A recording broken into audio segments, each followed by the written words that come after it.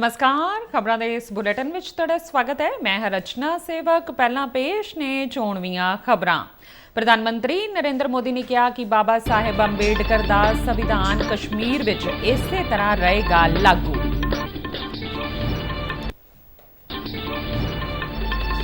विदेश मंत्री doctor S Jaishankar ने भारत और आसियान दरमियान सहयोग की रणनीतिक महत्ता ते दिता जोर।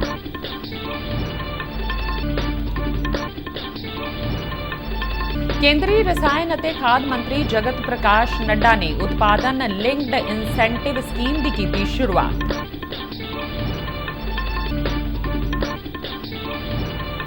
पंजाब च नवे चुने गए 10,031 सरपंचों ने चुकी सौं।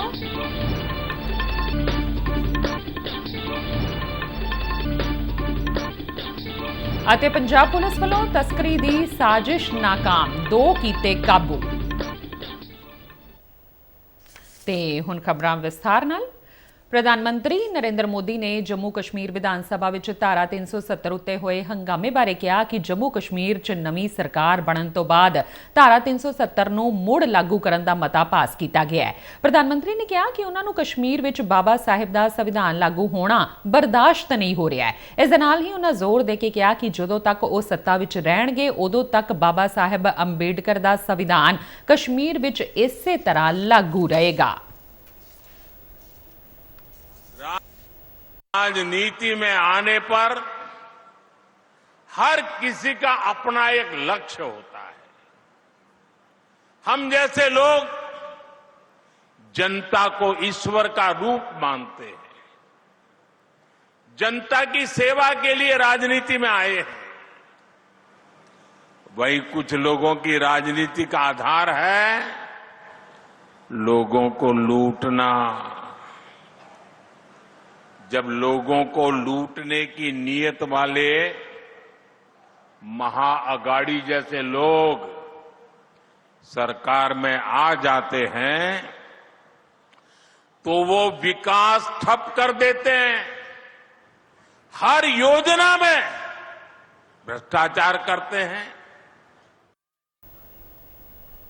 विदेश मंत्री डॉक्टर एस जयशंकर ने ASEAN India network of think tank की 8वीं गोल मेज कॉन्फ्रेंस विच भारत और आसियान दरमियान सहयोग की रणनीतिक महत्ता ते जोर दिंदिआं कहा है कि दोवां देशां की जनसंख्या और उभरदियां मंगां एक दूजे के पूरक और विश्व अर्थचारे के प्रमुख चालक बन सकदियां ने। भारत और आसियान अंतरराष्ट्रीय अर्थव्यवस्था विच वड्डियां उत्पादक शक्तियां बन सकदियां ने। उन्हां अगे कहा कि भारत आसियान भाईवाली हुण अपने चौथे दहाके विच अपार संभावनावां रखदी है। असीं आसियान की अगवाई वाले सारे सम्मेलनां विच एक उत्साही भागीदार रहे हैं। अत्यंत जलवायु घटनावां दे दौर विच भोजन सुरक्षा नूं यकीनी बनाउणा एक वड्डी चिंता है। इसे तरह विश्वव्यापी महामारी के तजर्बे दे नाल सेहत सुरक्षा लई तैयारी करना भी जरूरी है। रूस के राष्ट्रपति व्लादिमीर पुतिन ने कहा है कि भारत और रूस दहाकियां तो एक दूजे के सहयोगी और भाईवाल ने। पुतिन ने यह गल सोची विखे वलदाई चर्चा क्लब नूं संबोधन करदे आखी। भारत नूं एक महान राष्ट्र दसदे हुए पुतिन ने कहा कि दोहां देशां विचाले सारे खेत्रां विच सहयोग वध रहा है। भारत की वड्डी आबादी, तेज आर्थिक विकास और अमीर सभ्याचारक विरासत बारे पुतिन ने कहा कि भारत विश्व दीआं महाशक्तियां विच थां पाउण दा हकदार है।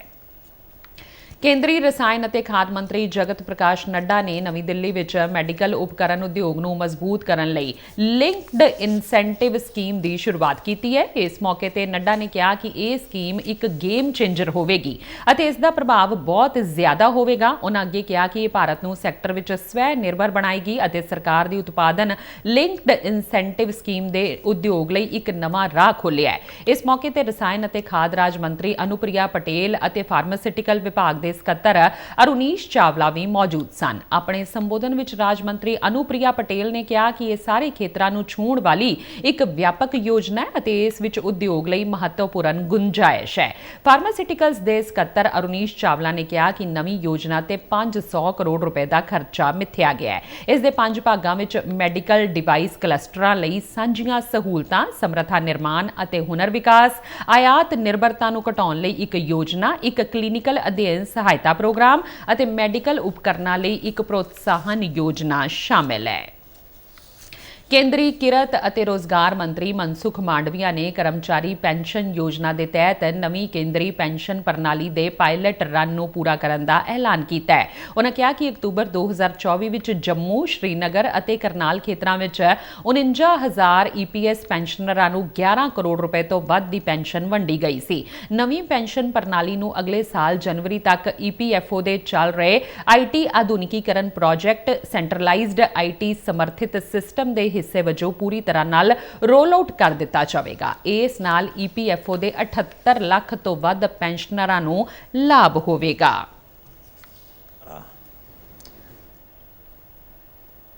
ਭਾਰਤ ਅਤੇ ਆਸਟ੍ਰੇਲੀਆ ਦੀਆਂ ਫੌਜਾਂ ਵਿਚਕਾਰ ਸੰਯੁਕਤ ਫੌਜੀ ਅਭਿਆਸ ਅੰਸਟਰਾ ਹਿੰਦ ਦਾ ਤੀਜਾ ਸੰਸਕਰਨ ਮਹਾਰਾਸ਼ਟਰ ਦੇ ਪੁਣੇ ਵਿੱਚ ਵਿਦੇਸ਼ੀ ਸਿਖਲਾਈ ਨੋਡ ਵਿੱਚ ਸ਼ੁਰੂ ਹੋ ਗਿਆ ਹੈ। ਇਹ ਅਭਿਆਸ 21 ਨਵੰਬਰ ਤੱਕ ਹੋਵੇਗਾ। ਆਸਟ੍ਰੇਲੀਅਨ ਅਭਿਆਸ ਇੱਕ ਸਾਲਾਨਾ ਸਮਾਗਮ ਹੈ ਜੋ ਕਿ ਭਾਰਤ ਅਤੇ ਆਸਟ੍ਰੇਲੀਆ ਵਿੱਚ ਵਾਰੀ-ਵਾਰੀ ਕਰਵਾਇਆ ਜਾਂਦਾ ਹੈ। ਇਸ ਅਭਿਆਸ ਦਾ ਪਿਛਲਾ ਸੰਸਕਰਨ ਦਸੰਬਰ 2023 ਵਿੱਚ ਆਸਟ੍ਰੇਲੀਆ ਵਿੱਚ ਕੀਤਾ ਗਿਆ ਸੀ।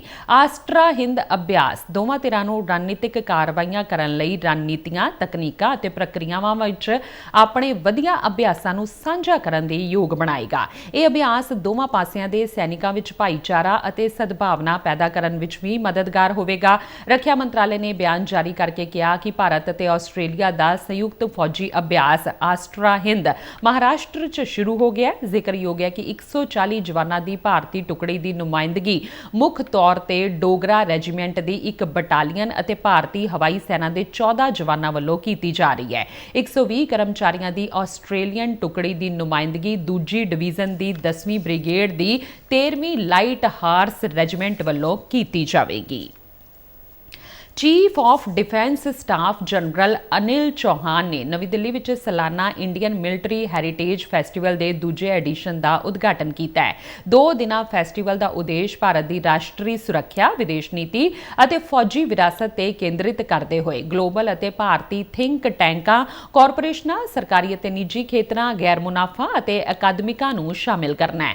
ਜਨਰਲ ਚੌਹਾਨ ਨੇ ਸ਼ੌਰਯ ਗਾਥਾ ਪ੍ਰੋਜੈਕਟ ਵੀ ਲਾਂਚ ਕੀਤਾ, ਜਿਸ ਦਾ ਉਦੇਸ਼ ਸਿੱਖਿਆ ਅਤੇ ਸੈਰ ਸਪਾਟੇ ਰਾਹੀਂ ਭਾਰਤ ਦੀ ਫੌਜੀ ਵਿਰਾਸਤ ਨੂੰ ਸੰਭਾਲਣਾ ਅਤੇ ਉਤਸ਼ਾਹਿਤ ਕਰਨਾ ਹੈ। ਇਸ ਮੌਕੇ ਜਨਰਲ ਚੌਹਾਨ ਨੇ ਮੁੱਖ ਫੌਜੀ ਪ੍ਰਕਾਸ਼ਨ ਵੀ ਜਾਰੀ ਕੀਤੇ। ਰੱਖਿਆ ਖੋਜ ਅਤੇ ਵਿਕਾਸ ਸੰਗਠਨ ਨੇ ਰੱਖਿਆ ਖੋਜ ਵਿੱਚ ਨਵੀਨਤਾਵਾਂ ਰਾਹੀਂ ਆਤਮ ਨਿਰਭਰ ਭਾਰਤ ਵਿੱਚ ਯੋਗਦਾਨ ਪਾਉਣ ਵਿੱਚ ਆਪਣੀ ਯਾਤਰਾ ਅਤੇ ਪ੍ਰਾਪਤੀਆਂ ਨੂੰ ਉਜਾਗਰ ਕਰਨ ਲਈ ਇੱਕ ਫੋਟੋ ਪ੍ਰਦਰਸ਼ਨੀ ਵੀ ਲਗਾਈ। ਤਿੰਨਾਂ ਸੇਵਾਵਾਂ ਤੋਂ ਜਾਣਕਾਰੀ ਭਰਪੂਰ ਸਟਾਲ ਲਗਾਏ ਗਏ ਸਨ ਜੋ ਉਹਨਾਂ ਦੀਆਂ ਭੂਮਿਕਾਵਾਂ ਅਤੇ ਚਾਹਵਾਨ ਨੌਜਵਾਨਾਂ ਲਈ ਉਪਲਬਧ ਵੱਖ-ਵੱਖ ਮੌਕਿਆਂ ਨੂੰ ਦਰਸਾਉਂਦੇ ਸਨ। ਥਲ ਸੈਨਾ ਮੁਖੀ ਜਨਰਲ ਉਪੇਂਦਰ ਦਿਵੇਦੀ ਨੇ ਚੰਡੀ ਮੰਦਰ ਵਿਖੇ ਪੱਛਮੀ ਕਮਾਨ ਦੇ ਹੈੱਡਕੁਆਰਟਰ ਦਾ ਦੌਰਾ ਕਰਕੇ ਸੰਚਾਲਨ ਸੰਬੰਧੀ ਤਿਆਰੀਆਂ ਦਾ ਜਾਇਜ਼ਾ ਲਿਆ। ਉਹਨਾਂ ਦੇ ਦੌਰੇ ਦੌਰਾਨ ਜਨਰਲ ਦਿਵੇਦੀ ਨੂੰ ਕਮਾਂਡ ਦੇ ਸੰਚਾਲਨ, ਸਿਖਲਾਈ, ਲੌਜਿਸਟਿਕਸ ਅਤੇ ਪ੍ਰਸ਼ਾਸਨਿਕ ਪਹਿਲੂਆਂ ਬਾਰੇ ਅਧਿਕਾਰੀਆਂ ਵੱਲੋਂ ਵਿਸਥਾਰਪੂਰਵਕ ਜਾਣਕਾਰੀ ਦਿੱਤੀ ਗਈ। ਇਸ ਦੌਰਾਨ ਥਲ ਸੈਨਾ ਮੁਖੀ ਨੇ ਹਥਿਆਰਬੰਦ ਫੌਜਾਂ ਦੇ ਆਧੁਨਿਕੀਕਰਨ ਅਤੇ ਰਣਨੀਤਿਕ ਤਿਆਰੀਆਂ ਨੂੰ ਵਧਾਉਣ ਲਈ ਆਪਰੇਸ਼ਨਾਂ ਵਿੱਚ ਰਣਨੀਤਿਕ ਸੁਧਾਰਾਂ ਨੂੰ ਉਜਾਗਰ ਕੀਤਾ। ਜਨਰਲ ਦਿਵੇਦੀ ਨੇ ਤੇਜ਼ ਅਤੇ ਪ੍ਰਭਾਵਸ਼ਾਲੀ ਆਪਰੇਸ਼ਨ ਸਮਰੱਥਾਵਾਂ ਨੂੰ ਯਕੀਨੀ ਬਣਾਉਣ ਲਈ ਉੱਨਤ ਟੈਕਨੋਲੋਜੀਆਂ ਨੂੰ ਜੋੜਨ ਦੀ ਮਹੱਤਤਾ ਤੇ ਵੀ ਜ਼ੋਰ ਦਿੱਤਾ ਤਾਂ ਜੋ ਵੱਖ-ਵੱਖ ਖਤਰਿਆਂ ਦਾ ਮੁਕਾਬਲਾ ਕਰਨ ਲਈ ਭਾਰਤੀ ਫੌਜ ਦੀ ਤਿਆਰੀ ਨੂੰ ਲਗਾਤਾਰ ਮਜ਼ਬੂਤ ਕੀਤਾ ਜਾ ਸਕੇ। ਪੰਜਾਬ ਦੇ ਰਾਜਪਾਲ ਗੁਲਾਬ ਚੰਦ ਕਟਾਰੀਆ ਪਿਛਲੇ 4 ਦਿਨਾਂ ਤੋਂ ਸੂਬੇ ਦੇ ਸਰਹੱਦੀ ਪਿੰਡਾਂ ਦਾ ਦੌਰਾ ਕਰ ਰਹੇ ਨੇ ਅਤੇ ਇਸੇ ਲੜੀ ਤਹਿਤ ਉਹਨਾਂ ਨੇ ਪਠਾਨਕੋਟ ਦੇ ਸਰਹੱਦੀ ਪਿੰਡ ਬਮਿਆਲ ਵਿਖੇ ਇੱਕ ਪ੍ਰੋਗਰਾਮ ਵਿੱਚ ਸ਼ਿਰਕਤ ਕੀਤੀ। ਆਪਣੇ ਦੌਰੇ ਦੌਰਾਨ ਉਹਨਾਂ ਨੇ ਸਰਹੱਦੀ ਖੇਤਰਾਂ ਦੀ ਸਥਿਤੀ ਨੂੰ ਜਾਣਨ ਲਈ ਪਿੰਡੂ ਸੁਰੱਖਿਆ ਸਮਿਤੀਆਂ ਨਾਲ ਬੈਠਕ ਕੀਤੀ। ਬੈਠਕ ਦੌਰਾਨ ਉਹਨਾਂ ਨੇ ਲੋਕਾਂ ਦੀਆਂ ਲੋੜਾਂ ਤੇ ਗੱਲਬਾਤ ਕੀਤੀ ਅਤੇ ਕਈ ਜਾਣਕਾਰੀਆਂ ਵੀ ਸਾਂਝੀਆਂ ਕੀਤੀਆਂ।